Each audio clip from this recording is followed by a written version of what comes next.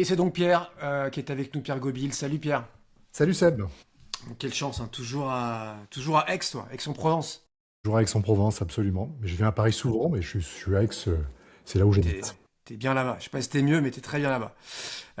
Bon, écoute, on refait un épisode ensemble. Je te représente pour ceux qui te découvrent aujourd'hui. Donc, serial entrepreneur. Il y a pas mal d'aventures aussi dans l'investissement, notamment avec Géraldine Lemeur, avec Carlos Diaz. On se rappelle de The Refiner. J'étais venu vous voir à l'époque. Ouais, ça nous ramène quasiment 10 ans en arrière. Du côté de San Francisco, t'as été voilà, un super manager, je le disais, donc un repeat founder, de beaux succès, des exits, etc.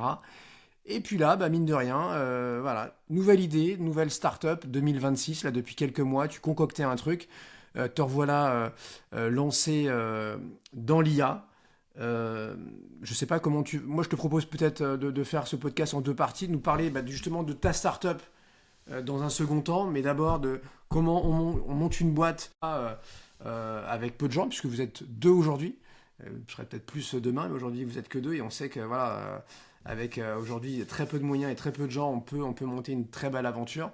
Est-ce que ça te va déjà comme programme et est-ce que tu veux toi-même sous-partiser peut-être bah, cette introduction, cette grosse intro sur l'IA. Est-ce que tu vois déjà, parce que je sais que tu es quelqu'un de très structuré, donc peut-être que tu vas nous faire 1, 2, 3, plan A, plan B, plan C, je sais pas.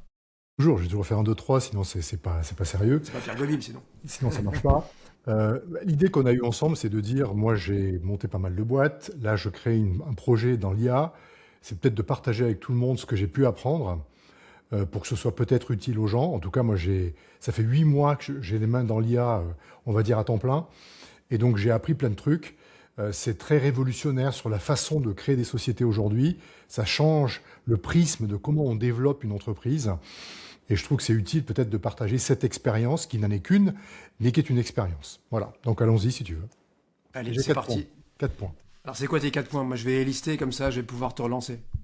Le premier, c'est que jeter des choses est un super pouvoir avec Ok, l'IA. Ça, c'est mon premier point. ok. Mon deuxième point, c'est que l'IA n'est pas un exécutant, c'est un sparring partner. Mon troisième point, c'est que la seule valeur utile quand on fait de l'IA, c'est le contexte. Et mon dernier point, c'est que tout le job a changé. Qu'il soit technique, business, ce que tu veux, tout a changé. Voilà mes 4 points. Nickel. On démarre donc avec tes super pouvoirs. Je t'écoute, puisque visiblement ouais, vous avez testé beaucoup de choses et peut-être, je sais pas, tous les vendredis soirs ou tous les lundis matin fait un reset là. Alors effectivement, c'est marrant parce que quand on développait quelque chose avant, on ne voulait rien jeter. Ça prend du temps, de l'argent, de l'énergie, des ressources. Aujourd'hui, l'IA rend la destruction productive. Donc c'est un changement de spectre total. C'est-à-dire qu'aujourd'hui, c'est pas l'exécution est quelque chose de très rapide. Et donc, ce qui a été exécuté peut être jeté si on a quelque chose de mieux. En fait, le truc qui est intéressant à comprendre, c'est que le coût de l'erreur s'effondre. Tu vois, moi, tous les lundis, ce que je faisais, c'est que je me disais, OK, voilà ce que j'ai fait dans la semaine. Et j'avais une conversation avec Monia, qui est Claude, parce que je pense que Claude est très, très largement au-dessus de tout le reste. Et je disais, voilà ce que j'ai fait. Et il y avait tout un contexte que j'ai créé, on en reparlera. Lunch, ce que j'ai fait et ce que je dois refaire. Et tous les lundis, j'avais un paquet de trucs à jeter et à refaire. Mais comme la refonte de la chose n'était pas très majeure, c'était une amélioration forcée qui était très bien. Et en fait, je pense qu'aujourd'hui, le perfectionnisme devient un frein. Tu vois, pas une qualité. Parce qu'il ne faut pas s'attacher à ce qu'on croit, à ses idées. Il faut juste s'attacher à aller vite, à la progression.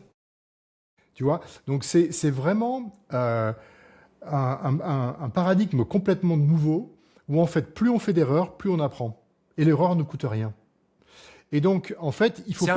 C'est un peu ce qu'on disait sur cet écosystème startup que tu côtoies depuis plus longtemps que moi, peut-être, je sais pas, 15, 20 ans, mais qui était un peu fake, quoi. C'est-à-dire que quand on disait, ouais, voilà, test and learn, je sais pas quoi, fake it until you make it, etc. Certains l'ont appliqué, mais je veux dire, c'était rarement évident et faisable au quotidien. Là, toi, tu dis, bah, pour la première fois, grâce à la technologie, grâce au LLM, aux agents, etc., là, ça devient possible. Et effectivement, peu importe que tu aies passé une semaine, un mois sur un truc, en fait, si ça vaut rien, si tu peux itérer, bah, c'est pas grave, en fait, on s'en fout. Mets ton ego de côté, tu repars, non pas d'une feuille blanche, que on ne repart jamais d'une feuille blanche, mais tu pars sur une autre piste, quoi. On a toujours dit l'exécution, c'est la clé du succès d'une entreprise.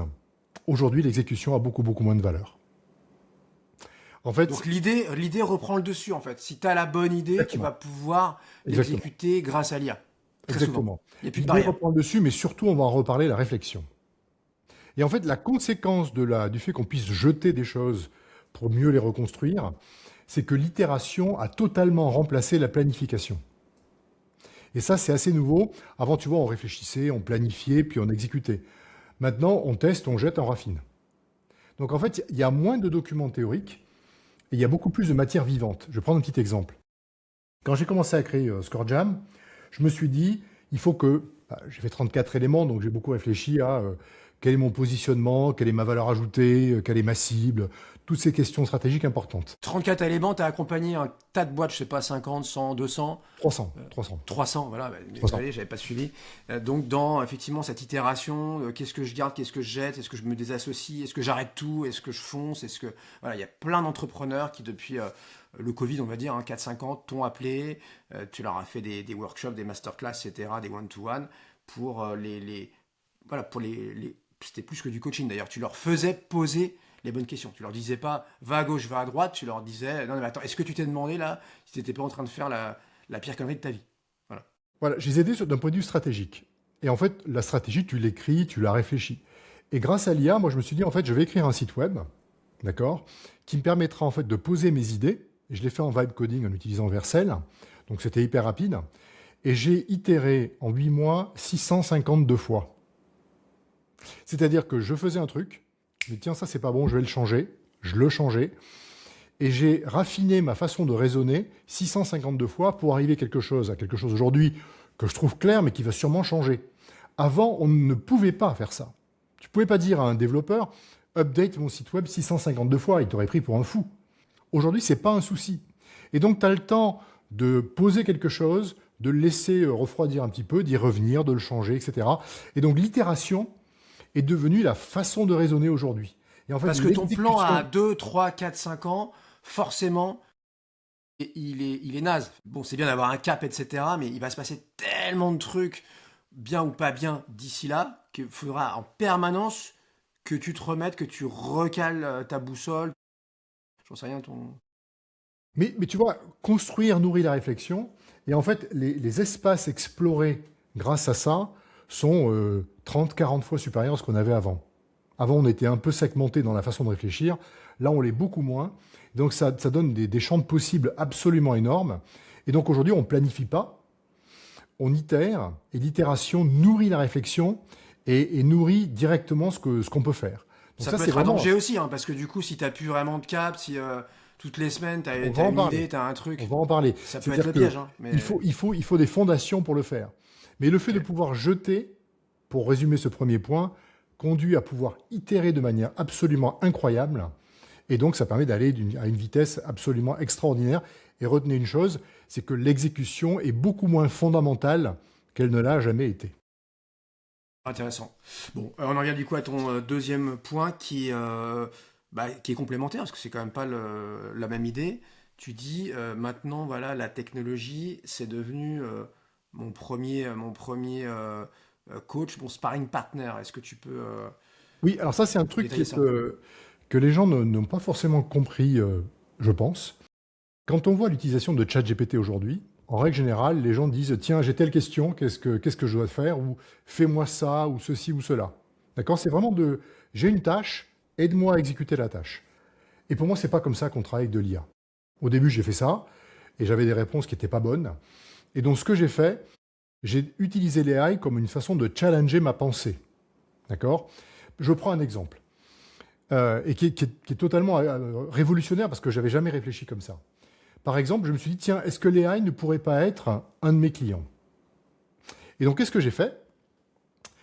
On a développé un produit qui, on verra plus tard, est un outil permettant de capturer du feedback. Donc, j'avais un questionnaire et je l'avais fait sur la base de Michelin. Donc j'avais pris Michelin comme exemple dans mon travail. Et je me suis dit, bon, qu'est-ce que ça donne? Donc j'ai un résultat. Et là, je me suis dit, en fait, je vais utiliser l'AI. Et donc j'ai envoyé un petit message à Claude en disant, voilà, tu es le directeur de tel business unit chez Michelin, tu as tel objectif, et quelqu'un te donne tel questionnaire, qu'est-ce que tu en penses? Sois critique. Et du coup, c'est comme si je faisais une étude de marché sans jamais parler à Michelin. Mais l'intérêt de la chose, c'est qu'il n'y a pas de biais, il n'y a pas d'empathie. Et comme il y avait beaucoup de contexte dans ce que je faisais, il y avait des réponses extraordinaires. Et donc là, il me disait, tu vois ton truc, je donnerais 6 sur 10. Et moi, je lui disais, OK, voilà comment j'ai trouvé ce truc-là, comment je fais pour avoir 10 sur 10. Et j'itérais comme ça, jusqu'à avoir quasi 9,5 sur 10. Et aujourd'hui, j'ai des réponses qui sont presque parfaites, parce que j'ai énormément alimenté mon AI en réflexion, et je l'ai utilisé comme sparring partner. Donc, ce qu'il faut comprendre... Voire même, client mystère ou bêta-testeur, quoi. Oui, mais ce qu'il faut comprendre, c'est qu'en fait, l'AI n'est pas là pour produire plus vite. C'est ce que les gens croient. Elle est là pour penser mieux. Tu n'externalises pas ta réflexion, jamais, tu l'aiguises avec l'AI. Et ça, c'est un truc qui est absolument fondamental à comprendre. Et que donc, le nouveau goulet d'étranglement, c'est la réflexion. L'exécution n'est plus le problème. La clarté, c'est le facteur limitant. Et c'est pour ça que les gens qui sont experts sont les utilisateurs, de mon point de vue, les plus aguerris pour utiliser l'AI, en fait. Si tu n'es pas clair, l'AI amplifie ta confusion. Donc, la qualité du raisonnement est devenue totalement critique. Alors, c'est hyper déstabilisant parce qu'avant, on disait, c'est l'équipe qui déconne, c'est le timing, j'ai pas le pognon, j'ai que ça. En fait, non. Là, aujourd'hui, si ce que tu fais n'est pas bon, c'est que t'es pas clair. Et ça, c'est une façon de mettre ta pensée à nu. Et donc, je pense que ça favorise les gens qui ont une expertise ou une expérience. Et donc, si tu es clair, si tu sais où tu vas, si tu connais un minimum ton marché ou que tu as étudié ça, tu vas te sentir pour le coup, toi, augmenté. Bon, le terme a été bien utilisé, mais tu vas te sentir plus smart grâce à l'IA. L'IA, en fait, c'est un input-output. Si tu mets de l'input bac plus 5, tu auras de l'output bac plus 5. Si tu mets de l'input bac moins 3, tu auras de l'output bac moins 3. Donc en fait, plus que tu donnes à l'AI est, on va dire, réfléchi, structuré, clair, etc., plus l'outcome sera exploitable. Et plus que tu demandes à l'AI non structuré ou non clair, plus l'outcome sera n'importe quoi, finalement. L'AI va faire n'importe quoi si tu donnes n'importe quoi. Par contre, si tu fais quelque chose de très très clair, tu auras un outcome qui sera exceptionnel. Et donc, du coup, ça t'a, toi, ouvert des portes quand même que tu soupçonnais pas, j'imagine. On va en parler tout à l'heure sur ta boîte. Mais... Oui, absolument. Moi, j'ai compris comment travailler avec l'AI aujourd'hui. J'ai une méthode pour le faire. J'ai une méthode pour me challenger moi-même. L'AI ne m'a en fait jamais donné la réponse. Mais elle m'a aidé à la trouver. C'est en ce sens que c'est un sparring partner. C'est-à-dire que les réponses, les gens les ont. C'est pas l'AI qui va vous dire voilà ce qu'il faut faire, voilà comment faire, etc. L'AI va vous aider à structurer une pensée pour en arriver à une conclusion claire qui est en fait ce que vous avez comme conviction. Donc l'AI m'a aidé à formuler mes convictions. Donc c'est un miroir qui va remettre ton col de chemise, te recoiffer, quoi. Mais c'est quand même toi. C'est quand même toi. Ça part pas dans C'est-à-dire qu'à la base, si t'es pas bon, l'AI sera pas bonne. Voilà. Et le contexte, alors tu parlais du contexte dans un troisième point, qu'est-ce que tu... Ça, c'est un truc qui est totalement révolutionnaire. C'est-à-dire que, enfin révolutionnaire, pour moi, ça a été une façon de penser qui est totalement différente. C'est que au début, j'ai commencé à écrire le produit en disant, mais il faut telle information. Donc j'écrivais, voilà ce que je veux, etc. Et je disais, je vais demander aux gens la réponse à cette question. Et en fait, je me suis dit, mais si je suis capable de automatiquement donner du contexte à l'AI, je peux commencer à créer une forme d'intelligence qu'elle pourra exploiter. Et en fait, la réalité de l'AI, c'est qu'il faut penser en termes de contexte. D'accord et pas en termes d'outcome.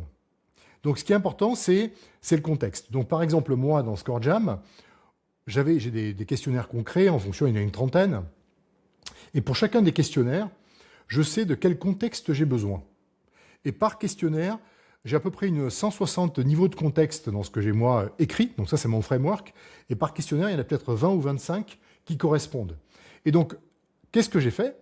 J'ai dit à l'AI, voici l'URL du client. On a parlé de Michelin, c'est un exemple. Va me chercher ce contexte-là pour ce questionnaire-là. Et du coup, je crée un environnement où j'ai une vraie compréhension de ce que je dois faire. Donc le contexte, c'est absolument majeur. C'est la qualité du raisonnement, le contexte, c'est le vrai avantage concurrentiel. C'est pas le prompt, c'est pas ta capacité à écrire. D'accord? Alors, ce qui est important aussi, c'est que ça a des conséquences techniques. Parce que je parlais à mon associé qui, lui, est une brute technique en AI, ça fait des années qu'il travaille dedans, il est vraiment très très fort. Et il me disait, en fait, je ne code C'est ton CTO alors. Oui, oui, enfin, tu sais, quand on est deux, on est grand chef à plume et grand chef à plume. Hein. Donc, Oui, il est oui. grand chef à Vous plume. Voilà. faites tout et n'importe quoi. Il y a beaucoup de tâches. Donc il me disait, en fait, moi, je ne code plus. Et qu'est-ce qu'il fait? Il crée du contexte. Donc, pour ScoreJam, pour vous donner une idée, hein, il y a 12 000 lignes de contexte qui ont été écrites par mon CTO.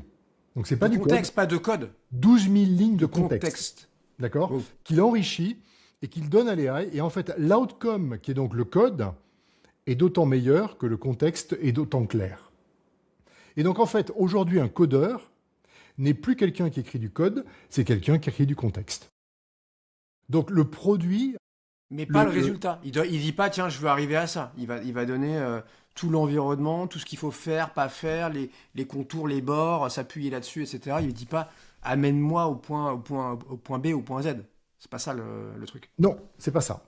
Mais c'est juste de dire que un expert qui n'a pas de compétences produits, coder, etc., c'est mon cas, a plus de valeur qu'un codeur qui n'a pas d'expertise.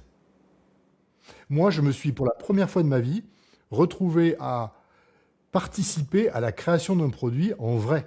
Moi, j'ai écrit à peu près 250 prompts.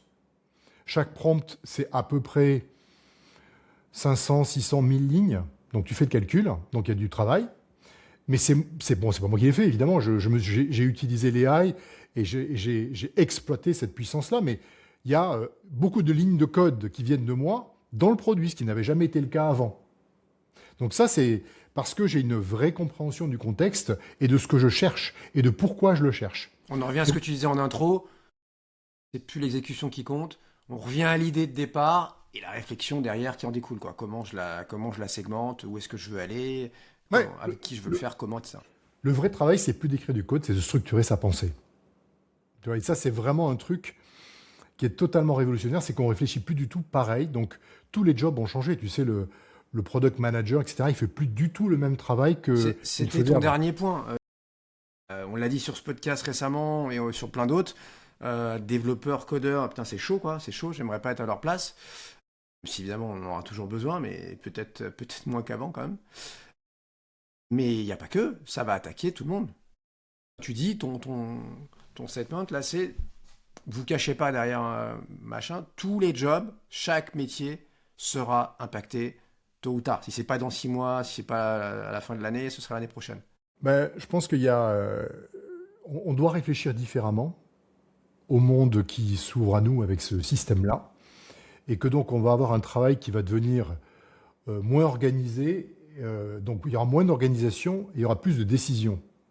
Il y aura moins de coordination, il y aura moins de micro-optimisation, il y aura moins de gestion de projet, il y aura plus de décisions, il y aura plus de réflexion stratégique. Donc en fait, je pense que la stratégie va devenir le cœur du quotidien. Et que les gens qui n'ont pas un esprit stratégique, qui sont généralement des gens qui sont orientés vers la tâche et donc vers l'exécution, vont beaucoup, beaucoup souffrir. Donc oui, ça a des conséquences. La conséquence business, c'est que tout va plus vite. Parce que le truc que tu es en train de faire, c'est plus un plan, c'est un système vivant. Tu prédis pas un marché, tu le testes en temps réel. Donc en fait, il y a une vélocité extraordinaire qu'on a avec les AI aujourd'hui. Et d'un point de vue technique, il y a des conséquences aussi sur la façon dont on doit travailler. C'est-à-dire que je pense que travailler avec les AI aujourd'hui, c'est très très très dur d'un point de vue technique. Pour une raison très simple, c'est que l'AI est non déterministe. Autrement dit, tu poses une question 2 fois, tu auras 2 fois 2 réponses différentes. Bon. Et quand tu crées un produit à destination d'un client, tu ne peux pas être non déterministe. Tu dois être déterministe. Et donc la difficulté de l'AI, c'est pas de prompter l'AI et d'avoir une réponse, c'est de savoir comment contraindre cette intelligence pour qu'elle devienne déterministe. Autrement dit, euh, la maîtrise ne vient pas de l'outil, elle vient du cadre qu'on lui impose. D'accord? Et ça, c'est un truc que les gens ne comprennent pas. C'est plus tu maîtrises ton sujet, plus l'AI est puissante pour toi. Mais il faut que tu maîtrises ton sujet. Donc nous, typiquement, dans ce qu'on a fait, moi j'ai commencé à écrire toute la logique business, et après on s'est dit, il faut qu'on la contraigne, cette AI. Il n'y a rien sur le marché qui existe. Donc Greg a créé un logiciel, je parle d'un logiciel, notre truc qui fait 80 000 lignes de code, qui permet en fait de séquencer les prompts et la logique entre les prompts. Donc on dit, voilà, d'abord tu vas chercher ça, voilà l'output que je cherche à avoir. Avec cet output, voilà ce que je veux que tu fasses, et voici les contraintes que je te donne. D'accord? Et donc on a écrit un système qui est assez complexe, très contraint, qui fait que nous n'avons aucune hallucination. Zéro. Zéro. Le 100% existe rarement quand même, tu le sais. Ah là, on est à 100%.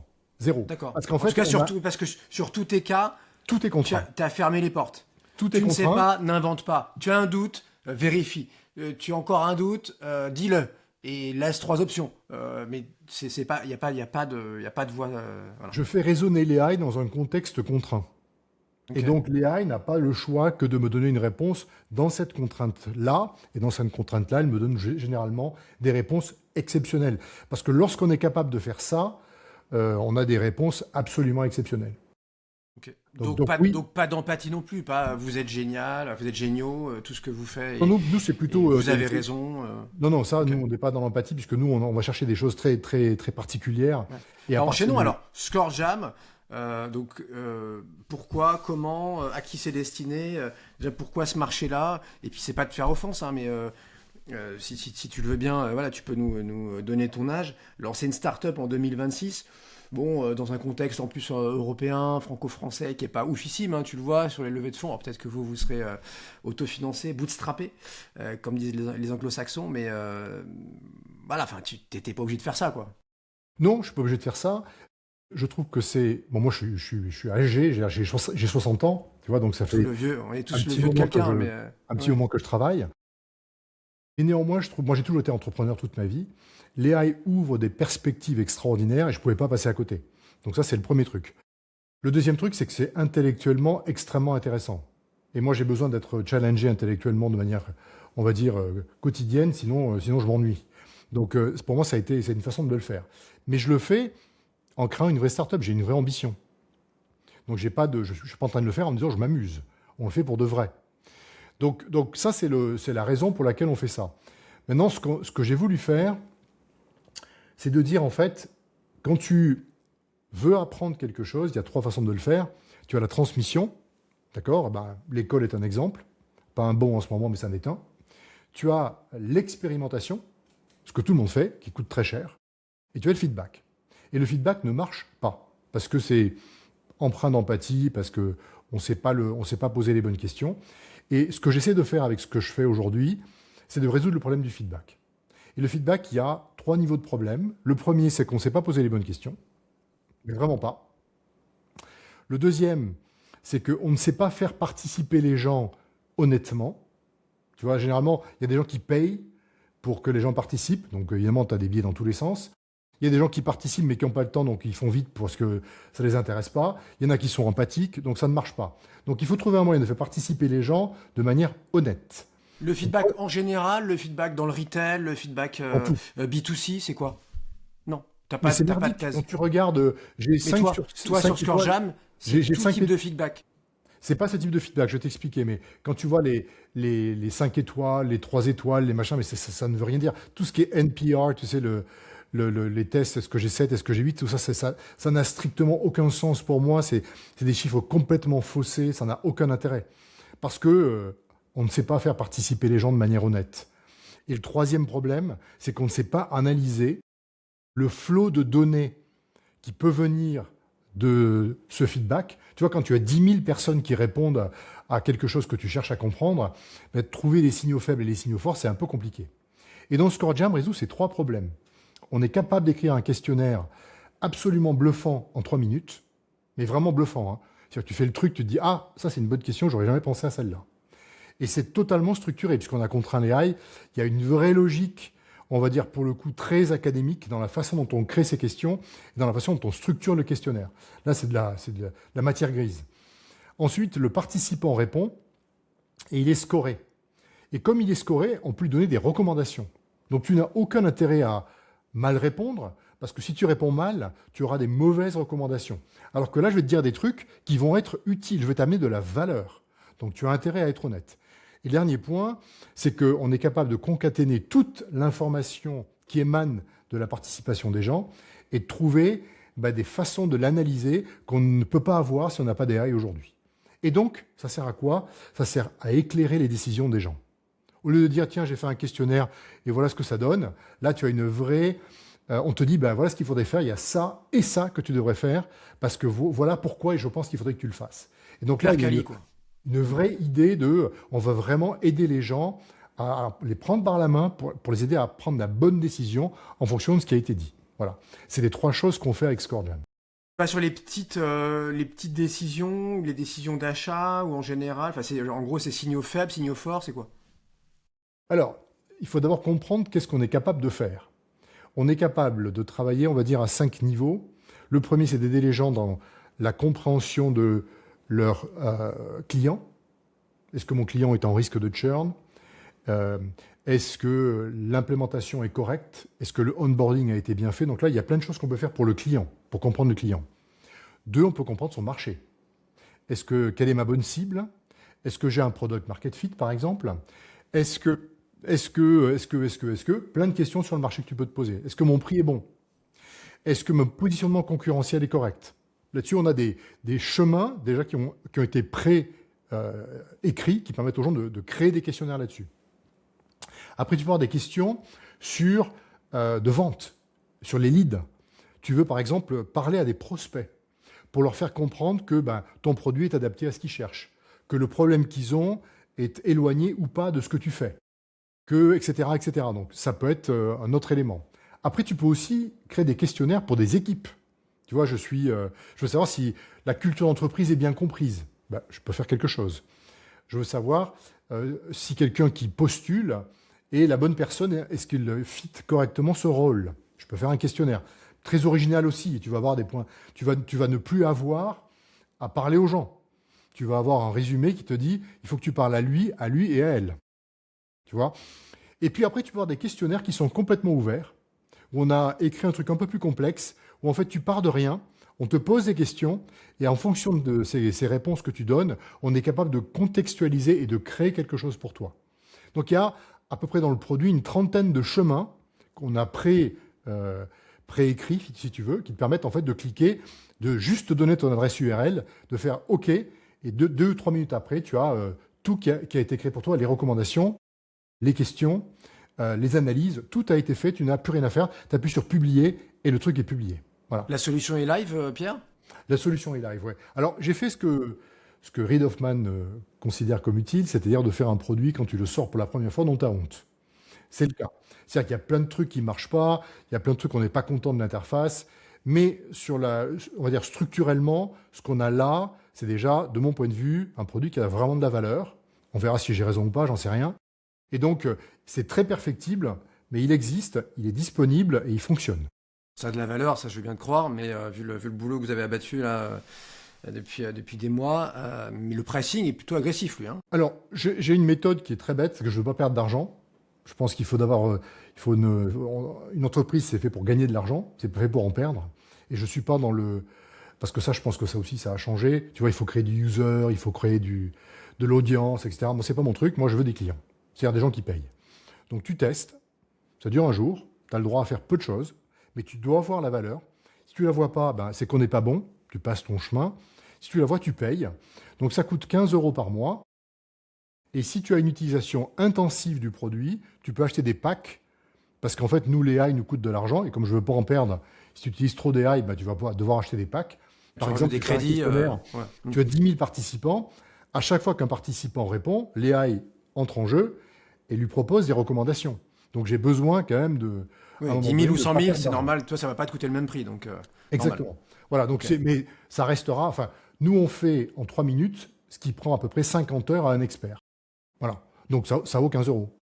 Ta cible, c'est quoi le portrait robot des entreprises qui vont Alors, c'est vouloir... difficile parce que c'est une bonne question sur laquelle j'ai pas encore la réponse, et ça fait partie de mon test. Je pense que on vit dans un monde très complexe et que le business au sens large a besoin de poser des questions de manière continue pour savoir comment s'adapter. Et donc, je pense que la capacité à poser les bonnes questions va devenir centrale dans sa capacité à maîtriser son business. Donc, ça touche tout le monde. D'accord? Alors, il y aura probablement des secteurs d'activité qui y seront plus sensibles. Je pense que les startups seront une très bonne cible parce qu'ils ont cette démarche intellectuelle de poser des questions et cette humilité intellectuelle de se dire est-ce que j'ai raison, est-ce que j'ai tort? Tout ce qui peut être, par exemple, centre de formation. Tu vois, je fais une formation, je veux savoir qu'est-ce que les gens en ont pensé, qu'est-ce que je peux améliorer. C'est un truc qui est récurrent, sur lequel que tu peux faire assez régulièrement. Tout ce qui est RH, où tu dois poser des questions à tes employés de manière régulière, bah, ça peut être fait. Donc en fait, là où il y a une forme de régularité, c'est utile. Mais moi, je prends un exemple que je pense que tout le monde devrait utiliser avec SourceJam, c'est le suivant. D'ailleurs, c'est le premier questionnaire qu'on propose. C'est de dire, tu as un site web, plutôt que de demander aux gens de lire ton truc, où tu dois faire un effort intellectuel pour comprendre qu'est-ce que c'est, est-ce que c'est pour moi, est-ce que c'est pas pour moi, je fais un petit questionnaire automatique, tu cliques dessus, tu réponds en 3 minutes, et à la fin, je te fais une recommandation qui est de te dire, est-ce que le produit que tu as vu dans ce site web est pour toi ou pas? Et là, eh ben, tout simplement, tu sais si c'est pour toi ou pas, et tu n'as pas à lire le site web. Donc ça, tout le monde devrait le faire. C'est déjà full English, là. Ça veut dire quoi que tu es une boîte borne globale? Alors, on va commencer par tester ce que l'on fait sur le marché français, et ça va prendre assez peu de temps, j'espère. Et tout de suite après, on va aller sur le marché américain. Donc là, on est en train d'écrire toute notre stratégie américaine, qui est essentiellement une stratégie AI. Donc on a écrit des agents qui sont des agents SDR, donc des gens qui vont prospecter des clients aux États-Unis, Avant-vente, ouais. totalement, et qui sont managés par quelqu'un aux États-Unis. Et la façon dont ça fonctionne, c'est comme on fait des questionnaires sur la base d'une URL, eh bien on va prendre l'URL des gens, on va faire le questionnaire, on va leur envoyer, en disant voilà, j'ai fait ça pour toi, qu'est-ce que t'en penses? Et là, on peut monter jusqu'à, au début, une trentaine d'envois par jour, et très rapidement, 3 000 à 4 000 par jour, à partir de la France. Et on a une personne aux États-Unis. Mais notre territoire, on va dire cible, c'est le territoire américain, parce que c'est là où il y a un marché. Je pense que la France, malheureusement, on a un peu détruit notre industrie, et qu'à part travailler avec la SNCF et la Poste, c'est compliqué. Hein. Donc, parce qu'il n'y a pas de middle ground. Tu as les petites, et tu as les très Putain, très gros. Et les t'es très dur, très là. gros, SNCF ou La Poste, et sinon, point de salut. sinon C'est dur, tu as là. le petit truc autour qui est sympa. Hein. On a perdu nos PME, on a perdu nos PME, tu vois, de taille moyenne et de grosse taille. Donc on a un système économique industriel qui a été détruit. Aujourd'hui, 57% de l'économie française, c'est l'État. Moi, j'ai pas envie de travailler au ministère de la Culture, tu vois. Je préfère travailler avec un industriel qui a des trucs à faire, quoi. Ah, mais attends, il y a quand même un middle market. Peut-être qu'il n'est pas assez gros pour toi, mais il y a l'Europe. Et puis les startups, rien que les startups, évidemment, mais elles sont, je sais pas, 15 ou 20 000 en France. Donc si t'en chopes 10%, ça te fait quelques clients quand même. Oui, bien sûr, je vais travailler la France, hein, mais je pense que c'est un marché qui aujourd'hui n'est pas suffisant pour être ambitieux, c'est tout. Ça veut dire que tu repars aux US? Non, non, non, pour l'instant, je vais rester ici. D'accord. Ok. Et rien n'est écrit. Donc je reprends pour résumer, je fais jamais ça sur T45, mais là j'avoue que c'était assez dense. Tu nous as quand même filé pas mal d'infos, de tips et surtout de retours d'expérience.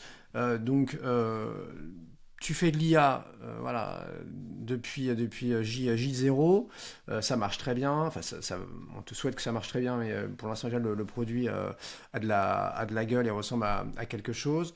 Il n'y a pas les risques de l'IA pour l'instant, donc il n'y a pas d'hallucination. Enfin, vous avez beaucoup jeté, beaucoup recommencé tous les lundis matins. On est sur 70-80 000 lignes de code. 70, oui, 80 000 lignes de code pour ton logiciel.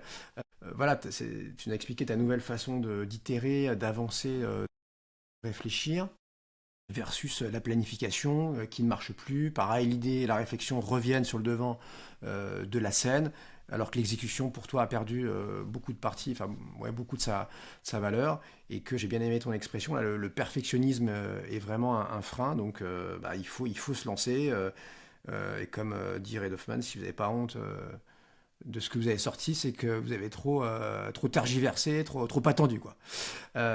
Et donc, le coût de l'erreur aussi, j'ai noté ça qui s'effondre. Sur les moyens, peut-être pour terminer là-dessus, tu m'as dit, ouais, direct, et pas que pour le code, j'imagine. Pour Claude, enfin pour l'IA, pardon, moi c'est Claude, mon meilleur ami, donc exit ChatGPT. T'es même pas passé par Gemini de Google, maintenant c'est Claude, vous avez tout testé, enfin tout. Vous avez beaucoup testé, c'est pour toi la solution. Alors, pour moi, dans ma façon de travailler, c'est Claude. Par contre, dans ScoreJam, on utilise plusieurs modèles. D'accord. On utilise Gemini Ok. essentiellement Ok. parce qu'il est très efficace et beaucoup moins cher que Claude. Donc c'est important. On a testé Mistral qui est pas mal. On a testé Grok, on a testé ChatGPT, on a testé plein de trucs. Et en fonction de ce que l'on fait, il y a des modèles qui sont plus ou moins adaptés. Et donc dans l'utilisation de ScoreJam, il y a une utilisation multimodèle. Mais le modèle essentiel qu'on utilise dans ScoreJam, s'il y en avait un, ça serait Gemini. D'accord. Ah, donc tu as une approche multimodale et donc tu passes, j'imagine, par un prestat pour taper sur le bon truc. T'es pas plugué à toutes les solutions du marché en même temps, c'est pas possible ça. On a un système derrière qui est assez sophistiqué où on est capable d'orienter quel LLM on va utiliser dans notre application en disant ben, pour cette tâche-là, utilise tel LLM, pour cette tâche-là, utilise celui-là. Et d'ailleurs, on l'optimise et en fonction de l'évolution des LLM, on change ça. Donc on est multi-LLM, si tu veux, dans le produit. ScoreJam, si tu te projettes, dernière question, Pierre, tu te vois où Ah, c'est compliqué, hein, c'est pas de la planification là, mais bon, je sais pas, 3 à 5 ans. Est-ce que tu auras pivoté 10 fois? Est-ce que tu auras arrêté? Est-ce que tu l'auras Alors, revendu? Est-ce que ce sera un gros truc? écoute, mon plus gros concurrent, c'est SurveyMonkey. SurveyMonkey, c'est quasi 1 milliard de dollars de chiffre d'affaires. Après, c'est Typeform. Tu vois, donc c'est des gros trucs. Donc c'est un gros marché. C'est un énorme marché. C'est tous les gens qui se posent des questions. Donc c'est gigantesque. C'est des milliards. Il y a Actionnable en France, moi j'ai mis un petit ticket chez eux de Nicolas Riol, l'ancien patron de Criteo France, C'est qui un est petit allé peu aussi sur différent. ce marché. C'est différent, mais il est quand même Différent, c'est du sur feedback ce client. marché. C'est Ouais. de l'analyse client. Donc moi, c'est vraiment du feedback au sens large, hein. Tu peux être prof de piano et te dire, tiens, je vais écrire un questionnaire pour mes étudiants. Tu vois, c'est vraiment très très large, hein. Donc pour moi, si tu veux, c'est un très très très gros marché. Qui dit très gros marché, ben, dit difficulté à positionner ton ICP, quelle va être ta vraie cible. Donc ça, c'est un truc sur lequel on va travailler. Maintenant, moi, je pense fondamentalement que les entreprises qui se créent sont essentiellement éphémères, pour plusieurs raisons. La première, c'est que euh, la technologie va très vite, et donc rien ne me dit que dans 3 mois, dans 6 mois, dans 2 ans, dans un an, ben, ce que l'on fait ne sera pas obsolète. J'en sais rien. On va essayer de courir, hein. On est des lapins aussi, on va essayer de courir, mais rien ne me le dit. Et deuxièmement, je pense que si tu réussis et que tu deviens un peu visible, les gros te disent OK, je te rachète. Et si tu le fais pas, si tu dis non, c'est pas assez cher ou je j'ai pas envie, le risque que tu as, c'est que les gros te copient en quelques mois. Parce qu'ils ont les meilleurs ingénieurs du monde, 1 milliard de dollars en banque, 2 milliards de dollars en banque, 3 milliards de dollars en banque, j'en sais rien, ils ont du Puis pognon t'envoies en leurs avocats, parfois ils plus font les sur deux vos d'ailleurs. en foutre. Ils Ouais. sont en capacité à faire ce qu'ils veulent. Mm. Et donc, il n'y a plus de barrière à l'entrée. Ça, c'est un truc qui est complètement incroyable, c'est qu'il n'y a plus de barrière à l'entrée. Très difficile d'en créer. Alors, tu peux en créer un peu quand même. On n'est pas à zéro, mais c'est Oui, quand parce même que si vachement vous l'avez compliqué. fait en 6 mois à deux, ça veut dire qu'une grosse boîte fout 30 personnes là-dessus et en 3 week-ends c'est plié quoi. Alors, il y a un peu de matière grise, donc c'est Bien sûr, avec notre tout le boulot. respect que j'ai pour toi, ouais. Heureusement, peut-être qu'on n'est pas si idiot que ça, mais oui, tu as raison. Fondamentalement, tout est copiable. Fondamentalement, tout est copiable. Sauf si tu fais de la deep tech, tu fais de la biotech, des choses compliquées, mais fondamentalement, oui, ce que l'on fait là est une technologie qui est copiable. Yes. Avec de Moi, l'argent et des j'ai, gens moi, j'ai intelligents, tu le fais. complètement envie d'y croire parce que voilà, je t'apprécie beaucoup, Pierre. Donc, on va dire, ça va marcher. Dans 2 ans, 3 ans, vous êtes là et ça fonctionne très bien. Tu auras rajouté au moins un zéro, je pense, à ton pricing là, qui est à 15 dollars ou 15 euros par Oui, mois. j'espère. Ça va Et monter. puis, parce que voilà, en plus, on le sait, enfin, j'enfonce une porte ouverte, notamment pour toi, mais ça vaut de l'or, ce feedback, et c'est vrai qu'il n'est pas encore, il est très souvent peu qualitatif. Et or, ça vaut de l'or parce qu'il y a un churn, il y a une infidélité de nous tous, clients, patients, ce que tu veux, et que, bah oui, garder un client, être à l'écoute, lui proposer des promotions, des nouvelles offres, des expériences inoubliables. c'est bien et ça coûte surtout beaucoup moins cher pour une boîte que d'aller l'acquérir, tu vois, à coup d'ads, Facebook et compagnie, quoi. Donc moi je pense qu'il y a, ouais, il y a un énorme marché. Enfin, il est déjà là, tu as raison. Donc ce qui est rassurant aussi pour toi, c'est que tu n'es pas tout seul. Quand on n'a pas de concurrence, c'est pas très bon signe. Mais qu'il y a des parts de marché à prendre et que sûrement c'est un gâteau qui va cesser, enfin, qui ne va pas cesser de grossir dans les prochaines années. Merci mille fois pour tout ça, Pierre. Bah, longue vie donc à Scorjam, hein. Merci Sébastien, c'était Et à un grand très plaisir. vite. À très vite. Ciao, À très ciao. vite.